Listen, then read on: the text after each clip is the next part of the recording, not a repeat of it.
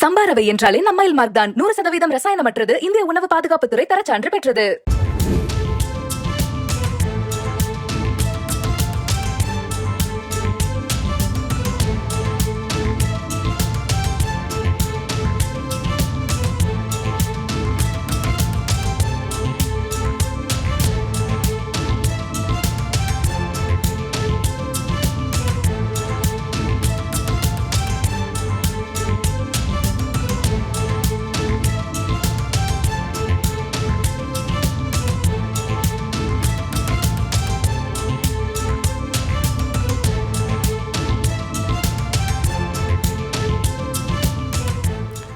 ஆந்திர மாநிலம் சித்தூரில் வியாபாரி வீட்டிற்குள் புகுந்த கொள்ளையர்கள் கைது செய்யப்பட்டிருக்கிறார்கள்.